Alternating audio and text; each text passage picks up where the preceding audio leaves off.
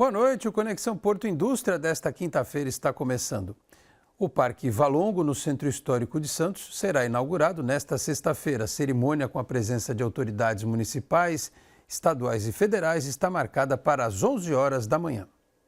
A primeira fase do projeto Parque Valongo está na área do antigo Armazém 4, totalmente revitalizada, com uma estrutura coberta, climatizada e que vai servir para a realização de eventos. No espaço externo, que era ocupado pelos armazéns 5 e 6, o público vai ganhar uma área com quadra de beach tênis, playground, jardim e uma roda gigante. O parque terá ainda uma plataforma flutuante, onde pequenas embarcações vão estimular o turismo náutico e um pier de contemplação. No local será possível observar, por exemplo, o tráfego de navios pelo canal do Porto, além do resgate do contato com a linha d'água do cais. O acesso deverá ser feito pela passarela ao lado da Alfândega de Santos, na Praça da República, onde há um elevador para pessoas com mobilidade reduzida. Nesta sexta-feira, o parque já estará aberto ao público às 10 da manhã. Somente nesta data, o local será fechado às 2 da tarde para a montagem do show do cantor Zé Cabaleiro às 7h30 da noite, reabrindo às 6 da tarde.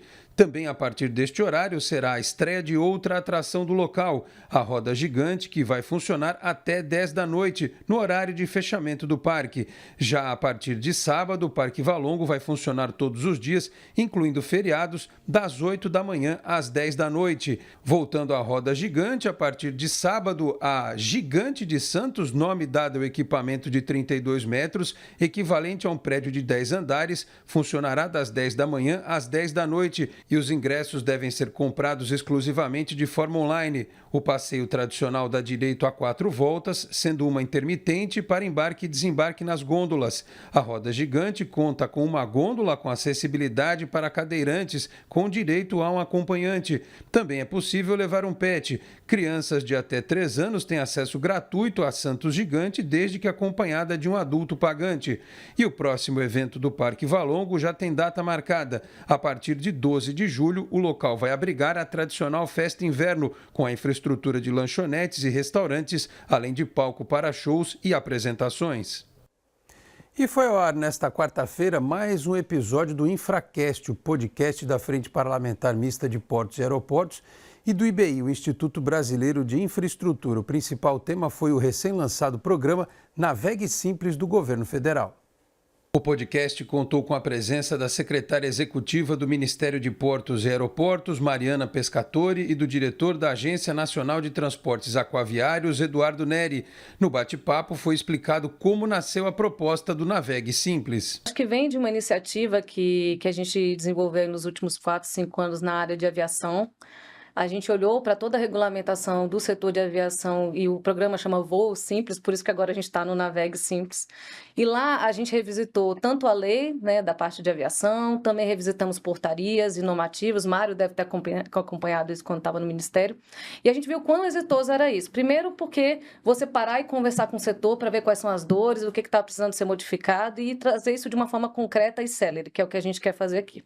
E depois criar uma política, um programa que seja perene, para que a gente sempre esteja olhando para as nossas legislações, para os nossos procedimentos, conversando com o setor e em ciclos aí anuais, verificando o que a gente pode aprimorar. Pode ser que hoje alguma coisa que esteja na legislação não seja um problema, mas que no momento seguinte a gente entenda que tenha que ser aprimorado, né? Então a gente conta muito, né, com o IBI, com o setor privado, para que a gente possa entender o que pode ser alterado. Durante o Infracast, eles lembraram de situações que mostram como o Navegue Simples pode ajudar a desburocratizar vários processos. Aí eu fui relatar um processo, era um TUP, que estava pedindo para mudar o perfil de carga, ampliar, acrescentar. Ele era para movimentar carga geral e ele pedia autorização para movimentar carga geral containerizada.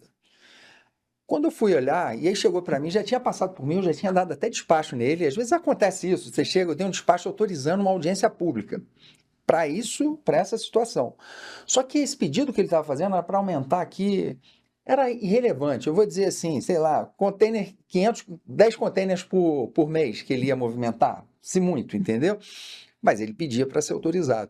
E quando eu cheguei, fiz questão de fazer até uma cronologia ali no voto que eu fiz, colocando todas as etapas que ele tinha percorrido. Ministério, declaração de passava para a agência voltava para o Ministério. Aí depois da autorização final do Ministério, quer dizer, autorização para começar o processo, a gente fazia audiência pública. Eu pensei, pô, vamos fazer audiência pública por causa de... para isso aqui, né? Para uma mudança dessa.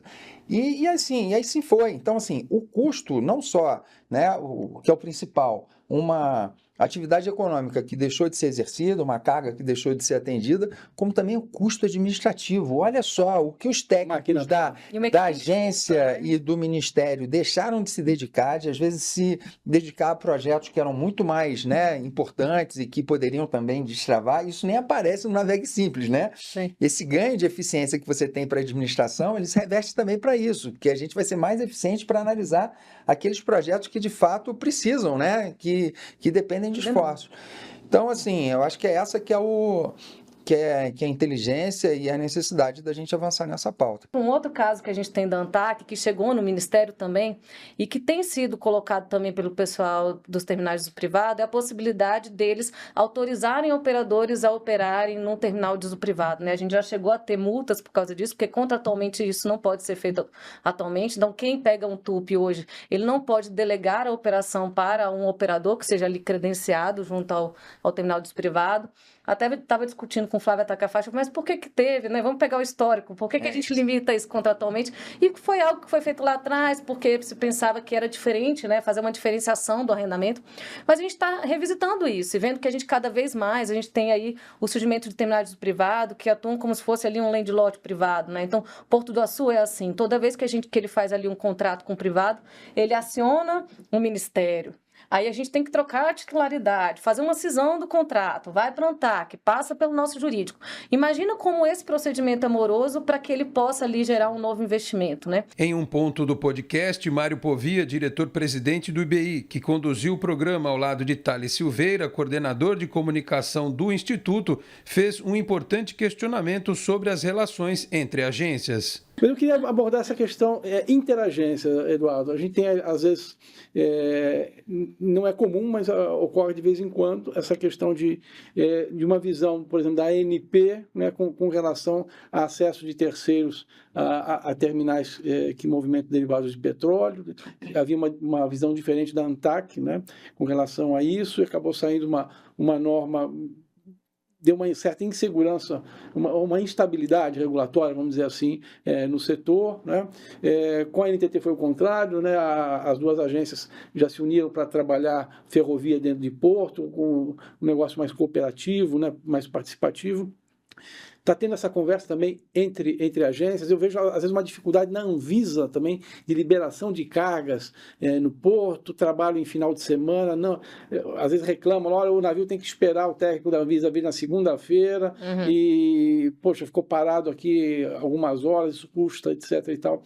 Há essa interação ou a possibilidade de Navegue Simples também induzir alguma coisa nesse sentido? Eu acho que deve, Mário, eu acho que deve, tanto na Navegue Simples, até aquilo no que for pertinente no âmbito da revisão do marco legal também ser tratado. Fazer alguma alteração. Porque o que acontece? Senão a gente vai cair naquele ponto aqui que comentamos aqui há pouco também, de você ter... Qual a importância do decreto Navegue Simples? Que é porque você pereniza e você dá governança. Não tem governança se você não tiver norma, não, porque senão você depende sempre do gestor da vez. O programa completo está disponível no canal do Instituto Brasileiro de Infraestrutura no YouTube. E o Conexão Porto Indústria desta quinta-feira fica por aqui. O programa volta nesta sexta-feira, 19h30 da noite. Muito obrigado a todos pela audiência, um grande abraço e até lá. Tchau, pessoal.